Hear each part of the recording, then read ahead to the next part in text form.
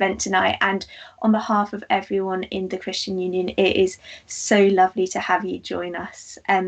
Tonight's focus is on the big questions which we face. This series is about life, faith, humanity, and everything in between that. We as a Christian Union exist to have these conversations which really matter. And university should be a place where you have the freedom to honestly engage with these big questions. And through these big question events, we want you to have the space to consider the topic of science and religion hand in hand, and see how the hope found in the Christian faith fits into this. So yes, if at any point during the evening you have questions, please follow the links in the description box below, and it will take you to sli.do.com, or if you just type that into your web browser, that is sli.do.com, and enter the code 30548. That again is 30548, and yes, it'll be great to have you, and so you can there ask any questions which you have during the evening. So just to give you a quick rundown of what's going to happen tonight. First, we're going to have a talk from John Wyatt, who will be answering the question, has science disproved our need for Christianity, faith, and our need for God? Then we will be interviewing a Leeds University student, Amy Burnett, who will be talking about her faith and science. And then lastly, we will be having a Q&A session with John himself, live, about those questions which you have been submitting all evening. So remember, do use that link in the description box below. That is, go to slido.com and enter the code 30548. Again, 30548, to anonymously ask any questions that you do have. So again, hello, if you just joined us, my name is Charlotte. I am a communications and media BA student at the University of Leeds, and it is a pleasure to have you join us tonight. Tonight we are discussing all things science and religion, answering the question, has science disproved Christianity, faith, and our need for God?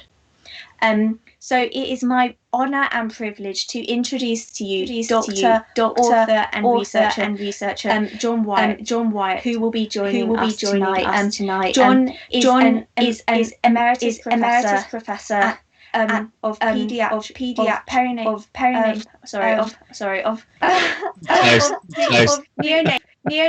pediatrics. There we go. John is emeritus professor of neonatal pediatrics, of ethics and neonatology at University College London, and is also senior researcher at the Faraday Institute, which is based at Cambridge University. And for 30 years, John was a consultant neonatologist, but now is engaged with the addressing those new ethical, philosophical and theological questions and challenges caused by the advances in medical science and technology, specifically looking at AI and robotics. So John, before we get started, could you just tell us a little bit more about where you're from, and any work and current projects you're doing right now? Yeah, thanks, Amy. So sorry if that was a bit of a mouthful. It's great to be here. Yeah, my background has been both as a medical doctor, working as a neonatologist, which means caring for newborn babies in an intensive care unit, but also as a researcher. And my field for a long time was applied neuroscience, trying to understand how brain damage happened in babies, and using new technology and new scanning techniques as a way of understanding how science happens, how the damage happens. So I've spent a lot of the time as a kind of jobbing research scientist, but I'm also a Christian, and I've never seen a sort of conflict between my Christian faith and my work as a research scientist. I'm very, very interested in some of the philosophical and ethical challenges. You know, it's not easy, the world we live in. And I'm particularly interested in how, as technology advances, it raises new questions. And so I now see some of the biggest questions that are coming to do with artificial intelligence and robotics. And so I'm trying to do research in that area, and I'm writing a book at the moment about how the Christian faith engages with this field of artificial intelligence. Wow, that sounds incredibly inspiring and rewarding, but also very challenging at times, especially when you're working as a doctor and with such tiny newborns. So earlier, before we started this live stream, I asked you a question. You might remember what it is. So for everyone else who wasn't here before, the question I asked John, or the question I told him I was going to ask him, is if you had to describe yourself as an inanimate object, what would it be and why? So John, have you been able to come up with an answer to that question for Yeah, a us? bit of advance warning, and I did wonder about whether a question mark would be a good, but then I thought that's not really very fair. So I've decided what I am is an incubator. You know, one of those things that you put premature babies in. Yeah. Actually, incubators are incredibly sophisticated pieces of kit.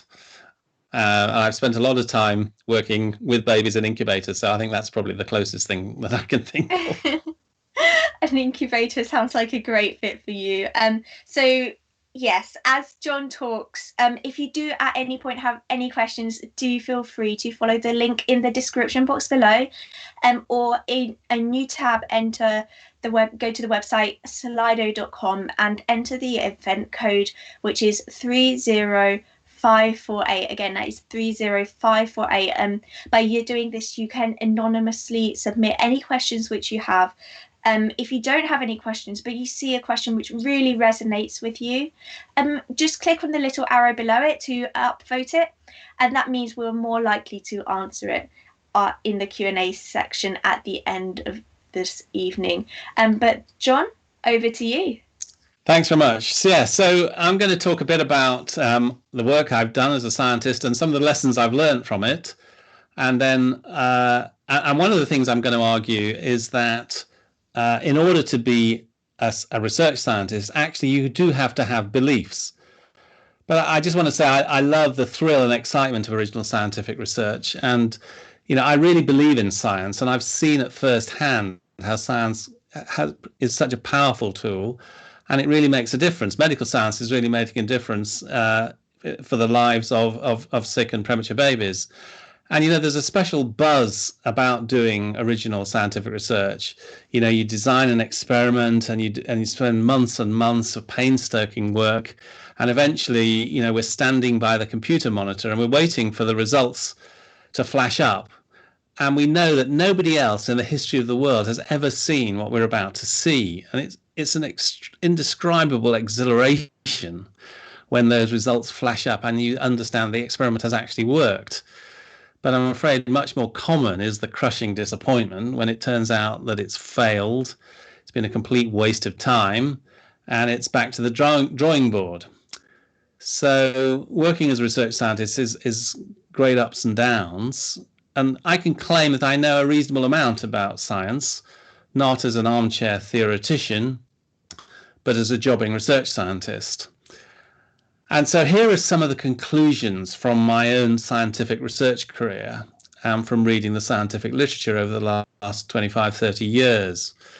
And the first one is that reality is always stranger than you think, or even than you can think.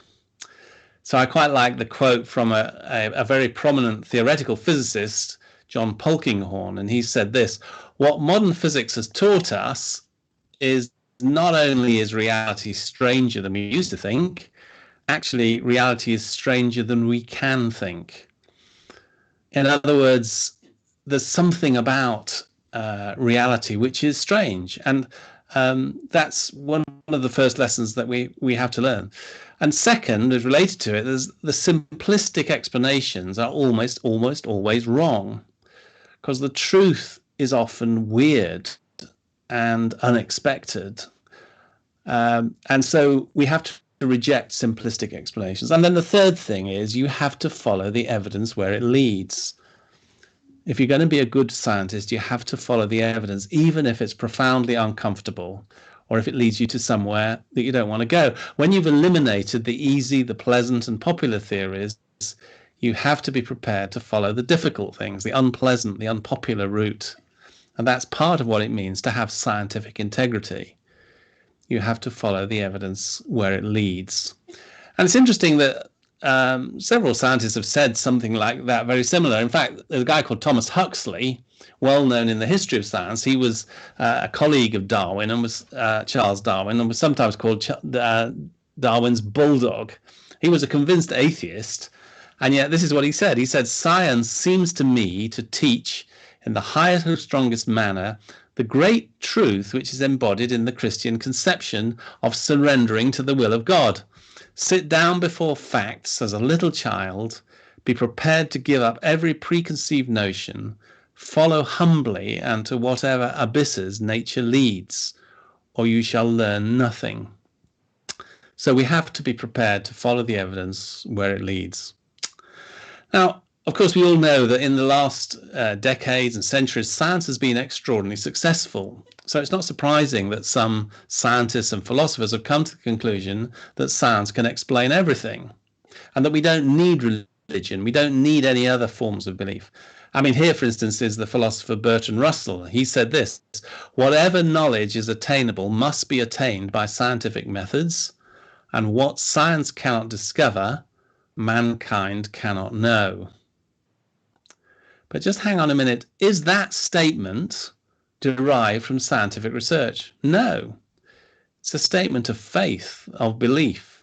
In fact, it's what some people call the faith of scientism, that science can solve all the problems of the world, can explain everything we need to know.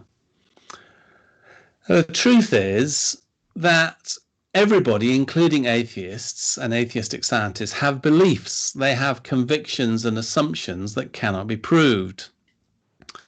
Everybody has beliefs. That's the way we are. To believe is human. And actually, I mean, almost all reputable philosophers today agree that all human beings have fundamental beliefs and assumptions and presuppositions. And so the question I'm going to challenge you is, are your fundamental beliefs and presuppositions, what are they? And are they the most reliable beliefs? What beliefs can be justified by the evidence? And I want to argue that if you want to practice as a research scientist, there are at least 4 things that you have to believe. And here they are. Number 1, in order to do science, you have to believe that there is something out there. There is something outside me. There's an objective reality which doesn't depend on me. It's interesting, that quite a lot of beliefs and worldviews and religions, particularly Eastern religions, teach that the material world is actually an illusion. You cannot prove that there's anything there outside your mind. But if you're going to practice science, number 1, you've got to believe that there is something really out there.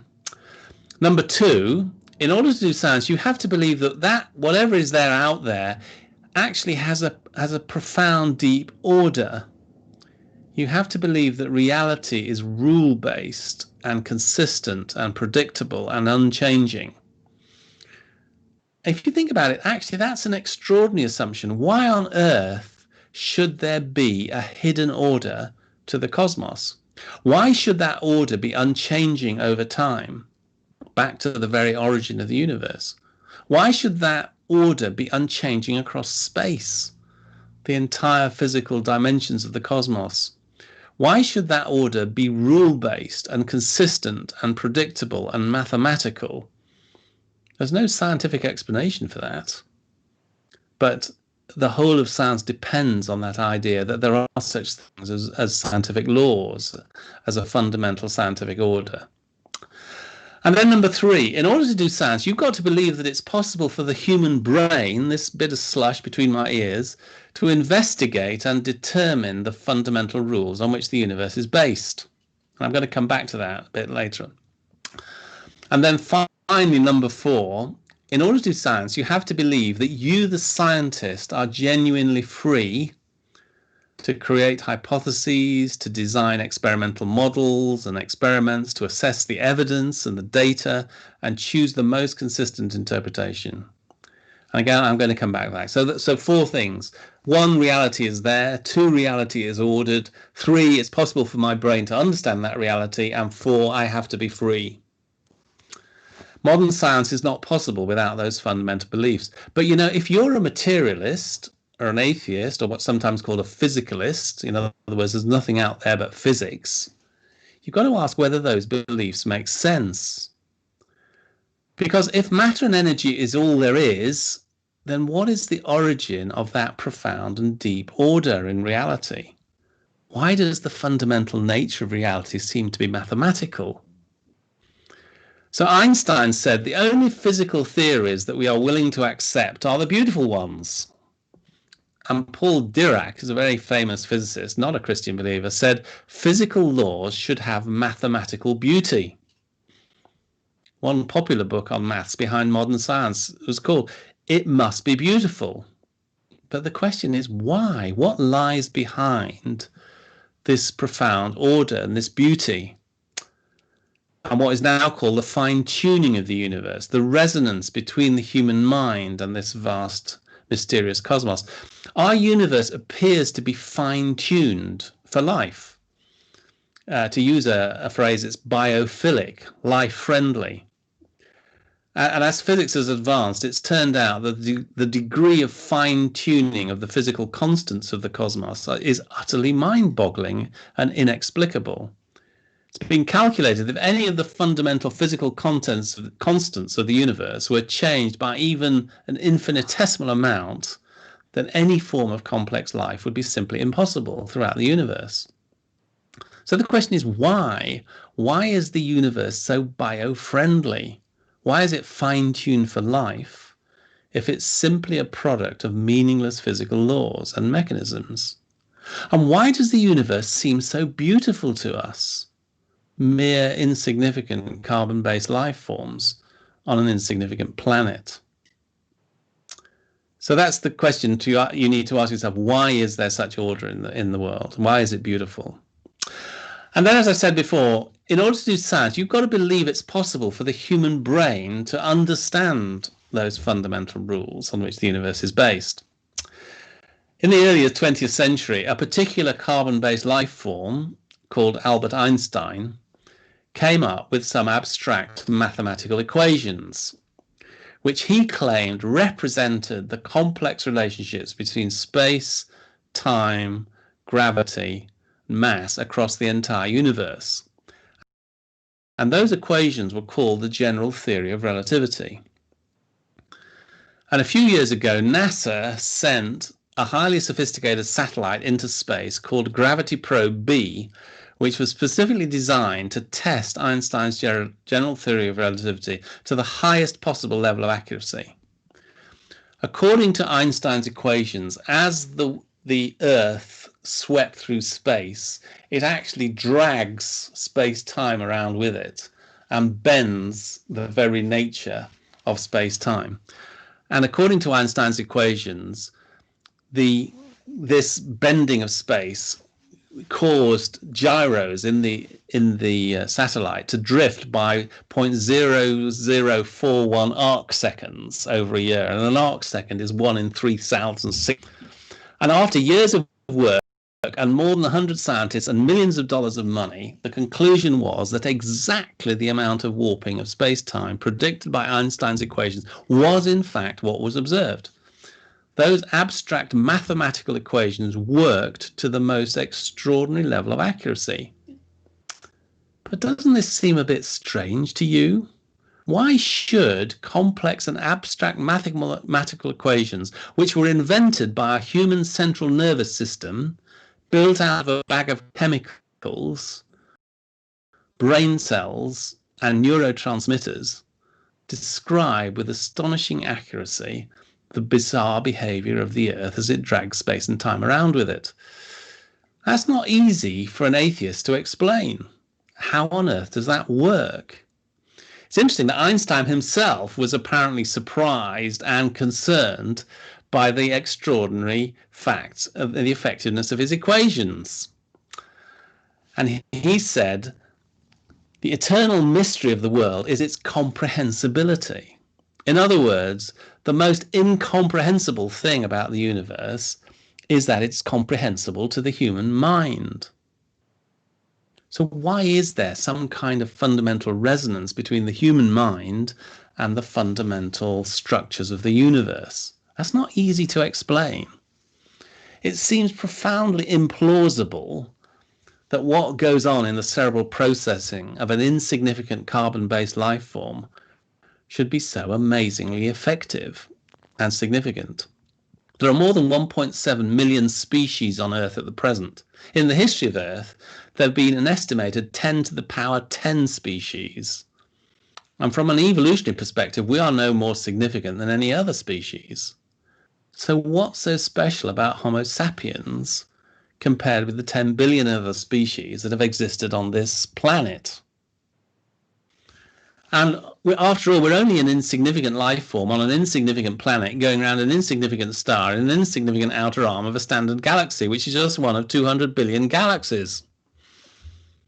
And yet we're asked to believe that as a result of a few minor mutations in the central nervous system, which has assisted us in escaping big cats on the African savannah, finding berries, and collaborating in hunting, this particular life form happens to have worked out the fundamental structures and equations governing space-time across the universe.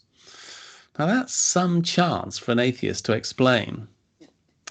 And what's more, if the ultimate explanation for the emergence of the human central nervous system is that it led to increase in survival on the African savannah, then there's absolutely no reason to expect our central nervous systems to tell us anything at all about truth.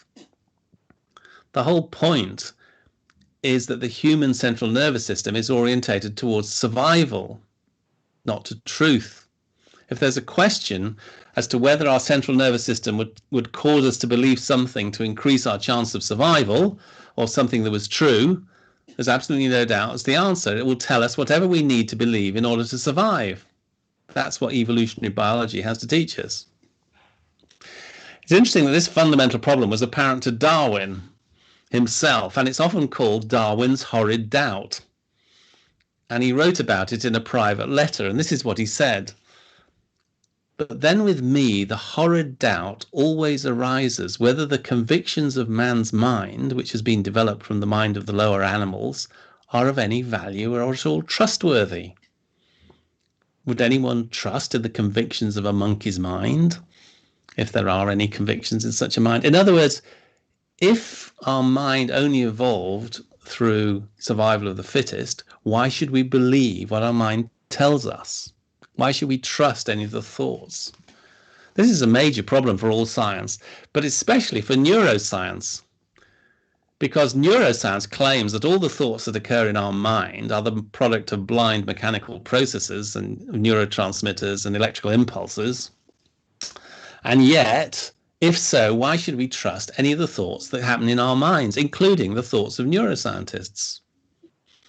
So neuroscience teaches us that neuroscience is unreliable, if not impossible. And coming back to the science of cosmology, why is there such a strange and inexplicable resonance between our human minds and the fundamental structure of the universe? Why is there the connection between this pathetic bit of gelatinous material between my ears and that vast universe out there? Is there something beyond science which helps us make sense of the successes of science? Might there be a deeper order of reality which lies behind the riddles and enigmas of human existence? And let me just tell you a story. A scientist is working in her laboratory one winter day. I think it was in February. She's a plant geneticist, a specialist in the classification of and genetic analysis of plants. And she's working in her laboratory in February as is delivered to her. And being a scientist, she immediately starts the work of classification and genetic analysis. Now, the important point is that we can suppose her scientific work is absolutely accurate. She's capable of deriving the precise scientific classification of the specimen she's received. Despite that, her scientific work cannot penetrate the true meaning of the specimen. There is another meaning, a deeper meaning, which lies behind the science And that's because it's Valentine's Day and she has received a single red rose. It's a bit of a corny story, but the point is that someone is trying to tell us something, and it's not about plant genetics. And what the Bible and the Christian faith claim is that the entire cosmos is like that red rose. Someone is trying to tell us something. Yes, we may be a pathetic little primates on an insignificant arm of a galaxy, but we have more significance than that. And someone is trying to tell us something. And in the book of the Bible called Proverbs, it says this: by wisdom the Lord laid the earth's foundations. By understanding he set the heavens in place. By his knowledge the deeps were divided, the clouds let drop the dew. In other words, here is the fundamental explanation that the Bible gives for the deep order and beauty behind the universe.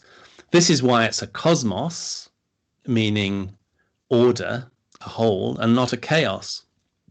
The Bible teaches that the universe is founded on the intelligence, skill, and insight of a mind, of a person, of God himself. So instead of blind indifference, the cosmos is pregnant with purpose and intention and fruitfulness and possibility and meaning. And human beings are put here to create order and beauty and technology and science and knowledge and meaning and fruitfulness. So if it is true that in some mysterious way human beings are made in God's image, then we would expect a correspondence, a resonance between this pathetic carbon-based life form and the ultimate structure of the universe. So Christianity claims that the fundamental reason why human minds can understand the structure and meaning of the universe is because human minds work along the same principles as the divine mind itself. And therefore we would expect human mathematics to reflect the harmony of the spheres. We would expect human scientific theory to correspond with reality. And the famous astronomer Johannes Kepler, who worked out the equations of planetary motion, said this: I'm thinking God's thoughts after him. In other words, my mind is following the divine mind. So yes, science can explain many things, but it can't explain everything. It can't discern the meaning behind the red flower. And then finally, as I come to the end, in order to do science, you have to believe that you, the scientist, is genuinely free to design the experiment and choose the most consistent interpretation of the data. Performing original science is an intensely creative enterprise. And in my own career, I and my colleagues came up with a new hypothesis about brain damage. Then we had to create or invent a completely new experimental model to investigate how that damage evolved in the newborn brain and how it might be treated. I know from first-hand experience that research science is not merely a mechanical process. It requires genuine freedom and creativity, or it will never be successful. But the question is, where does that freedom come from? Because materialism says that genuine freedom and creativity are not possible. We're merely products of chance and blind scientific mechanisms. But on the other hand, if human beings are in some mysterious way reflecting the being of God, then we are genuinely free to invent hypotheses, create models, assess data, and come to conclusions. We're not trapped in the blind mechanisms of our bodies. We are free to find the truth. And we're also free to discern the meaning of the red rose, and to choose whether we wish to respond to the message of love which lies behind it. And the Christian faith goes on and says something even stranger and weirder, and that is that the God whose intelligence, insight, perception, and discernment lies behind the universe actually broke into the universe in human form. God was born as a pathetic and fragile baby in a stinking stable and lived in an undistinguished and second-rate country in a distant and uninteresting part of the Roman Empire. And that man, says the Apostle Paul in the letter to Colossians, was the firstborn of creation. By means of him, everything in the cosmos was created. Everything came to being through him and for him. So the explanatory key which unlocks the meaning of the universe is a person. That's what Christianity claims, the person Jesus, the creator in human form. So how are you going to react to those mind-boggling claims? Perhaps you're listening to this and you're an atheist, maybe a science student, a convinced materialist, perhaps you think there's nothing out there but physics, matter, and energy. There's no ultimate meaning and purpose to the universe. As far as you're concerned, that rose is just a plant, just happens to be there. Then my challenge to you is this: are you prepared to question that conventional wisdom and lazy thinking? Are you prepared to follow the evidence where it leads? Will you investigate it, study and read what scientists and Christian believers have written? Above all, investigate the phenomenon of Jesus. Could it be true that he is the explanatory key, the way into understanding this mysterious and wonderful cosmos? And remember what modern science has taught us. One, reality is always stranger than you think. The simplistic explanations are almost wrong. The truth is often just weird. And finally, you have to follow the evidence where it leads, even if it's profoundly uncomfortable and unwanted. Thanks for listening. Wow.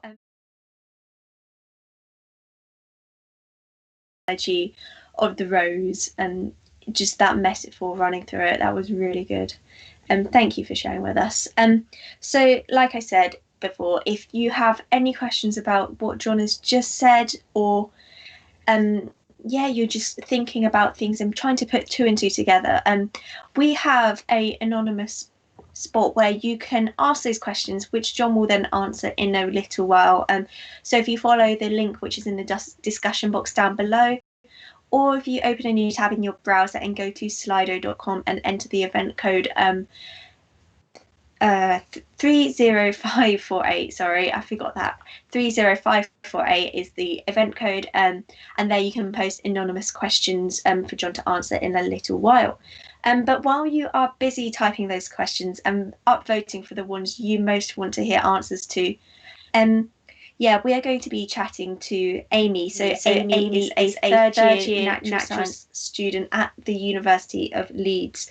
So Amy, can you tell me a little bit more about yourself and your course? Hi everyone. As you said, my name's Amy. I'm from Kent.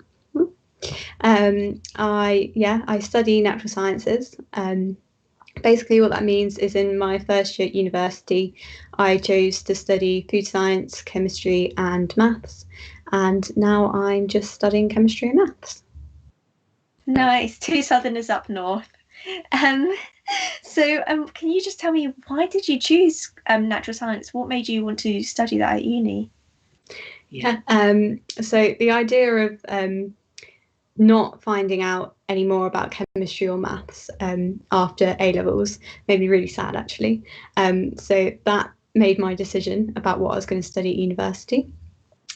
Then I really liked the sound of natural sciences because it allowed me to study multiple subjects, but also study the way they interact and the way that the different sciences rely on each other, and they're just needed to help each other. That's really cool. Definitely a really good reason to be studying your course. But you are a scientist then, and a Christian, correct? Yes. So how would you say your faith influences the way in which you go about your studies? So guess that knowing that I'm studying something, or the world around me, that I believe has been created and designed, just makes me feel motivated and I guess excited to learn about the science of the world that I believe God made. I guess I'm thinking of the best way to describe that is when I look at a painting. If I knew that someone had painted it, I'd be more intrigued into how they made it, what they used, than say if a robot had painted it. Not to say that the robot isn't impressive or interesting. It just doesn't have the same impact and intrigue to me as if someone painted it out of love. And I guess this is what studying science is for me. It's like being given the blessing and opportunity to try and understand a world that I believe has been created out of love. That's really cool. So you're studying a world created out of love, but how does that then affect who you understand God to be? Does it change that for you?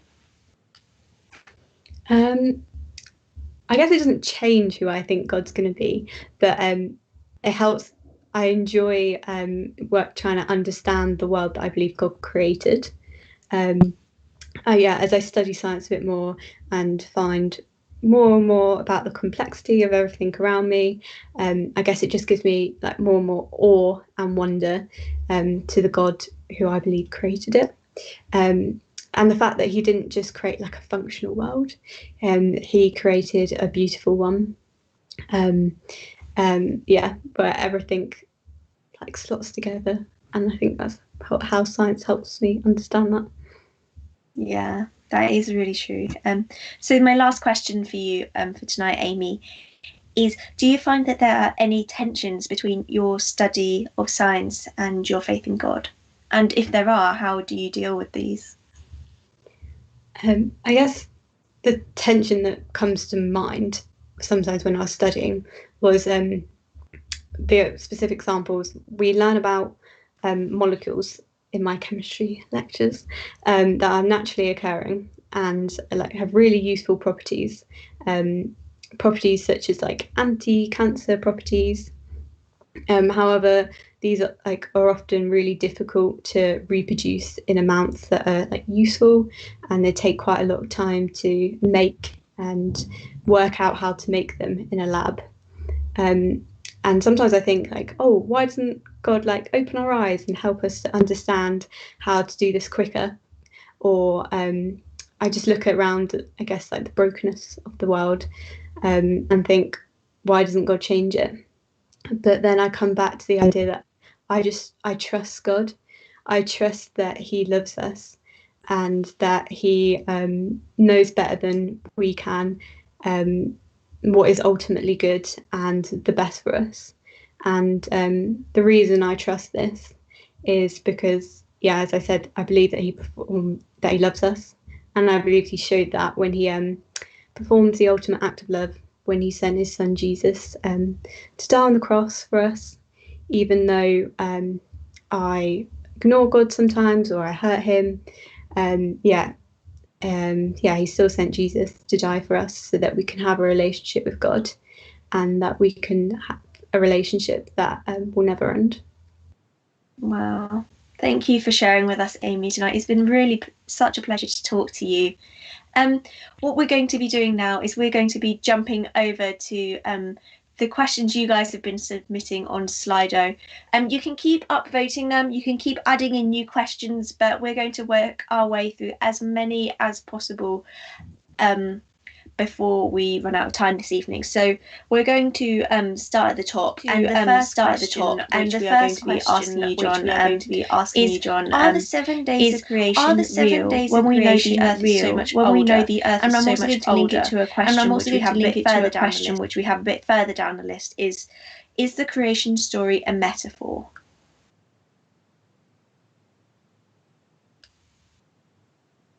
Oh, John, you're on mute. Sorry about that. Yeah. Okay. Thank you. So good questions. I think one helpful way of thinking about it is a way that actually goes back many hundreds of years, and that people got the idea that God had actually written two books. There was the book of the Bible, book of Scripture, and there was the book of nature, and that both books were books that he had written, and that because they were both true, they must both be true because God had written them. Even though sometimes it's hard to understand how these two books, sometimes they seem to go along very easily together, but sometimes they're more difficult to mesh. And that what we have to do is we have to understand each book. So in other words, science helps us to understand some of the things that are obscure in the book of Scripture, and vice versa. The book of Scripture helps us to understand some of the things that are obscure in science. And so if you go to the way that in the book of Genesis, in the first chapter of Genesis, talks about God creating the the world in 7 days. I mean, this is something that Christians have argued and debated about for hundreds of years. But it's interesting that actually right from very early on in the Christian church, many Christians came to the conclusion that this can't have been a 24-hour day, and it must, and in fact the way the Hebrew word of the way it's described can apply to huge long eras going on over thousands of years. And so I think it's true to say that most Christians who are scientists, myself included, understand the way that is talking about poetic language, but the days of creation are not meant to be a literal 24-hour day. In fact, there's no way they could do, because it says that light is created first, but according to the Genesis story, that the sun is only created some days later after light has been created. And so you can't have a 24-hour day if you don't have a sun. And of course, the people who wrote Genesis originally, and historically that was thought to be Moses, who actually wrote the original version of Genesis. They weren't fools, they weren't ignorant savages, so they must have realized that even when they were writing this, they were putting in clues as to how to interpret it. So yes, I think thinking that there are these two books and that we try to understand that God has written both books, and yes, there are issues which we'll continue to debate, just as there are in science. There are all kinds of controversies and debates about science. It's never finished, and in the same way, there are controversies and debates about how we understand the Bible. That's such a good answer. Thank you. And I do hope that answers your question. We're going to go straight on to the next question, which asks, if Christianity's God is trying to tell us something in the natural world, why doesn't he make himself more obvious? Why all the confusion about God and religion? Very good question. And I mean, a rather slick answer is to say, I'm sorry, but that's above my pay grade. You know, explaining why God chooses to do it. Why did God choose to write the general law of relativity? I mean, isn't that a pretty weird way to make mass and space-time engage? You know, why did he do it that way? And I'm afraid we need a certain amount of humility to say, I don't know, it's beyond my pay grade. I think we get clues. You know, it's interesting. Bertrand Russell was asked once, you know, he was a very famous atheistic philosopher, and he was asked once if after he died, he awoke and realized that actually Christianity was true, what would he say to God? And Bertrand Russell said, what I would say to God is, not enough evidence, God, not enough evidence. So it's interesting because, in other words, Bertrand Russell has said, I make the standards, God. I decide what is good evidence and what isn't good evidence. I'm very sorry, God, but you have failed, you know. And I think when you put it that way, you realize that's a bit arrogant, isn't it? I mean, basically, if the scientific view, as I've said, is that there is a reality out there which is bigger than me, which isn't set up for me, my job as a scientist is to try to come to terms with reality. And in that sense, a Christian is the same. The Christian is saying, I don't invent this God. I didn't say, here's the God that you know, that my fantasy. It isn't like that. What Christians have discovered is that there is a reality out there. There is a meaning to that red rose. And we have to take it as a given. I can't say, well, I'm sorry, it's not satisfying. I would have done it a different way. I think you have to recognize that's just above our pay grade. Yeah, that is so true. We've got another question, if we just move on, which asks, if some Christians don't take the creation story in the Bible literally because of scientific evidence, how come they take the resurrection of Jesus literally? Thanks. I've just had another thought. Can I just go back to that last question? Yeah, of course. Why God doesn't reveal himself. So, and that is, it's a bit of a corny analogy, but suppose I am Bill Gates. I'm the richest man in the world, and I've fallen in love with a girl who works in Tesco's at the checkout counter. And I'm Bill Gates. I can do anything. I can write her name with supersonic jets in the sky. I can have a symphony orchestra to serenade her. I can have the world's greatest firework explosion. I'm the richest man in the world. I can do everything. But you could understand actually if Bill Gates genuinely wants this girl to love him for who he is, that actually Bill Gates might turn up with blue jeans and a sweater looking completely ordinary. Why? Because he wants the girl to love him for who he is and not for how spectacularly powerful he is. Now, again, that's just a sort of crazy analogy, but it makes you understand why the God of total power and authority, who could do anything, might actually choose to hide himself. And that's a constant theme in Christian history, that God actually seems to hide himself. He doesn't show himself. Why might that be? Well, that might be the way that a lover behaves. Okay, just to go on to that question about the resurrection of Jesus, and the point is that as you read the story of Jesus, and if you've never read the story of Jesus, can I recommend that you just take one of the Gospels in a modern translation? In fact, you could probably get one from the CU, and just read it as history. And what the Gospels tell us is they make this astonishing claim, the Gospel writers, the eyewitnesses, that Jesus actually rose from the dead.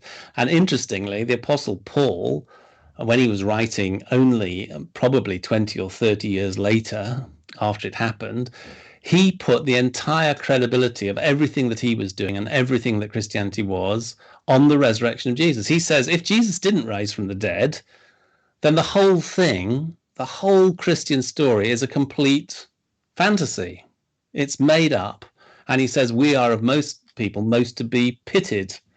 But he then goes on, but actually, Jesus did rise from the dead. So, in other words, in Christian, right from the very beginning, the resurrection of Jesus was seen as the lynch point for the truth about the Jesus really who he was, he says he was. And therefore, astonishingly, I actually believe it as a scientist, as somebody who's got the appropriate training and letters after my name. And I'm not the only one. There are lots of scientists who believe that 2,000 years ago, there actually was a Homo sapiens who rose from the dead. And actually, if you're prepared to go and look at the evidence just as a completely honest way, you'll find that the evidence is much more convincing than you might think.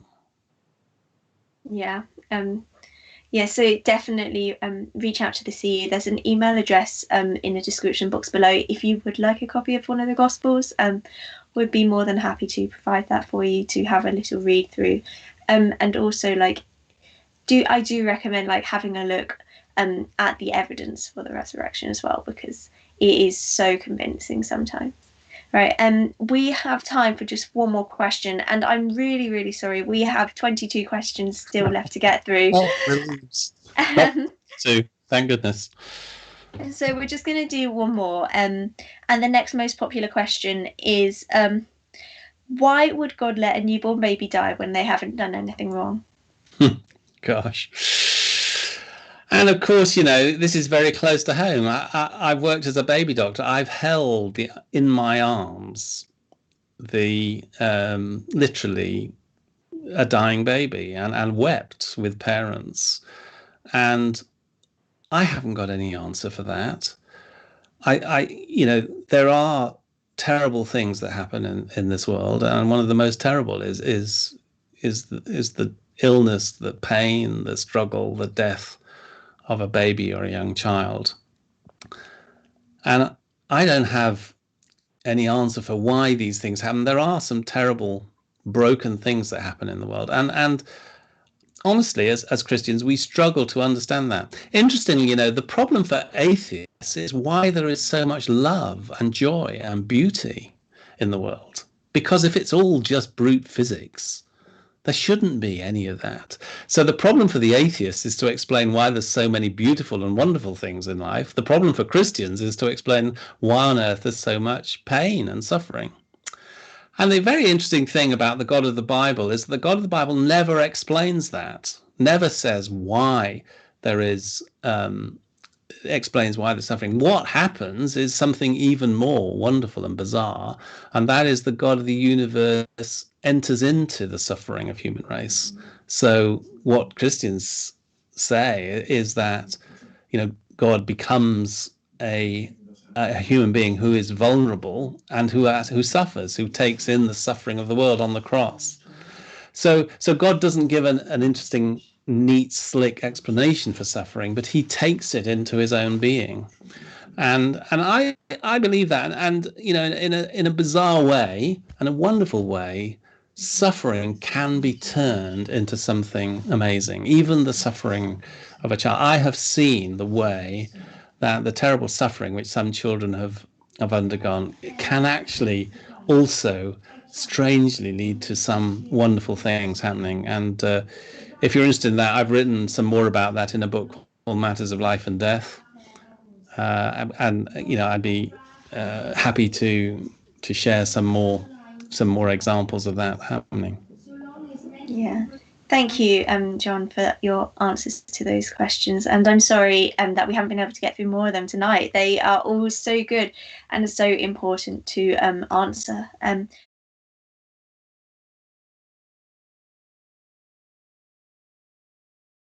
For joining us tonight, whether you've been here since the very beginning or whether you've just tuned in a couple of minutes ago. I am so glad you're here, and so is everyone else. As a Christian union, we would love to continue to have these conversations and answer those questions which tonight's event has brought up. So as I'm speaking to you right now, why don't you go into the description box, which is just below this video, and if in there you will find a link to a Google form where you can sign up for this thing called Got More Questions, and this is at the bottom of the form. So this Thursday, that is October 29th at 4 to 5 p.m. Join us for a Got More Questions event on Zoom. So grab a slice of tea. What am I going on about? Grab a cup of tea or a slice of cake, whatever takes your fancy, and ask any questions which you have about Christianity and faith, whether or not they're related to tonight's talk. Whether they will be answered by a panel of Christians. So if you are interested in that Got Big Questions session, do make sure you tick that box at the bottom of the form. It's really important you do so, because that is how we will send you the Zoom link. I really recommend coming, whether that's because you've got questions yourself, or other people who've got questions and you're going to ask them for them, or if you simply want to sit in and listen. No matter what your reasons are, we would love to have you there and see your faces. So that is this Thursday, that is October 29th at 4 to 5 p.m. You can also find out more information about the events the University of Leeds Christian Union are running. You can join a hall group as well. Hall groups are small communities of students living in the same halls of residence as each other, where you are so welcome to join and meet new friends. And that doesn't matter whether you're a Christian or not. We'd love to have you there. We'd love to join in and build community together. Perhaps you'd like to see what church is like. Perhaps you think there's some truth to this creator God which John has talked to us today about, and you'd like to visit a local church. So members of the Christian Union attend various different churches across our city in Leeds, and just feel free to tick that box if you'd like to attend a church with one of them, just to have some little company. Also, you can meet up with a member of the Christian Union on a one-to-one basis. So maybe you'll grab a takeout coffee and go for a walk around Woodhouse Moor, or perhaps you'll do it online with a bring your own beverage and Zoom call, making sure we are complying with all the current local restrictions that are in place due to the coronavirus. So it'd be really nice to meet you and chat to you more in that way. And yeah, again, just to remind you, make sure you tick that box at the bottom if you want to sign up to Got More Questions, and I can't recommend it enough. It would be so great to see so many of you there. But other than that, that's it from us tonight. I really do hope you've had a really good time, and it'd be lovely to see you on Thursday. So tonight is the second of 3 events in our big question series. Wow, I'm really losing the ability to talk here, guys. I do profusely apologise. But our third event will be on November 16th, and there we will be listening to the author of the best-selling book Confronting Christianity, 12 Hard Questions for the World's Largest Religion, and that is written by Rebecca McLaughlin, who will answer the question, what's Christianity all about, and are we better off without it? There's already a Facebook event set up, so head on over there right now and make sure you put the date in your diaries. But other than that, thanks again for coming tonight. And do make sure you're using that Google form in the description box below to get in touch with us. It's been a pleasure speaking to you all tonight, and have a lovely evening. Thank you, John, for joining us, and Amy. Bye. Bye-bye. God bless everybody. Bye.